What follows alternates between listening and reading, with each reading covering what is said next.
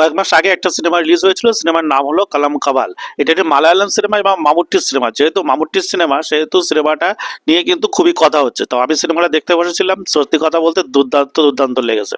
সিনেমাটা হচ্ছে এটি সিরিয়াল কিলিং এর উপরে, এবং আপনারা যারা দাহার দেখেছেন তারা কিন্তু এই সিনেমাটার সঙ্গে রিলেট করতে পারবেন। যেহেতু মালায়ালাম সিনেমা সেহেতু নতুনত্ব তো থাকবেই।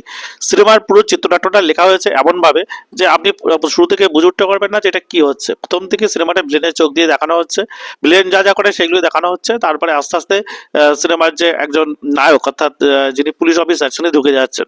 তো সিনেমার মাঝখানে গিয়ে সিনেমাটা এত সুন্দর টুইস্ট হয় যেটা আপনাকে পুরো অবাক করে দেবে। আপনার মধ্যে সব থেকে যে জিনিসটা দেখার সেটা হচ্ছে অবশ্যই মামুট্টির অভিনয়। মামুট্টি এর আগেও ভিলেনের অভিনয় করেছে, ব্রহ্মযুগমে আমরা দেখেছিলাম ভিলেনের রোলে তাকে কত সুন্দর বানিয়েছিল।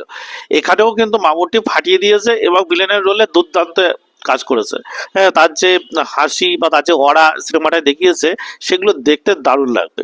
সে একজন সিরিয়াল কিলার এবং তার সমবয়সী যে সমস্ত মহিলারা তাদের বিধবা, হ্যাঁ, বা হচ্ছে তাদের ডিভোর্স হয়ে গেছে এমন কিছু মহিলাদের ধরে তাদেরকে মেরে দেওয়া এবং তাদেরকে যেভাবে ছলচাতুরি দিয়ে মেরে নিয়ে আসছে, এই জিনিসগুলো দেখতে আপনার দারুণ লাগবে। এবং বেশ কিছু জায়গা খুবই প্যাথেটিক এবং ভয়ঙ্কর জিনিস দেখানো হয়েছে।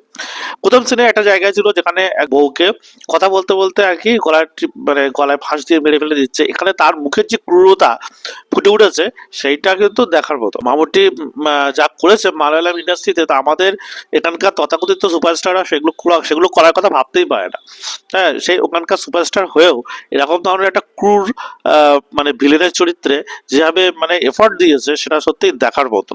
তো অবশ্যই অবশ্যই এই কালাম কাবাল সিনেমাটা দেখবেন। সিনেমাটার মধ্যে আমার খারাপ কিছুই লাগেনি, শুধু এক এক জায়গায় মনে হচ্ছিল যে মামুটির বয়স যদি আর একটু কম হতো তাহলে যেন সিনেমার জন্য পারফেক্ট হতো। তাছাড়া সিনেমাটা দারুণ। তো সিনেমা নিয়ে এরকম আরো ধরনের আলোচনা শোনার জন্য অবশ্যই লাইক, সাবস্ক্রাইব এবং ফলো করতে ভুলবেন না। ধন্যবাদ।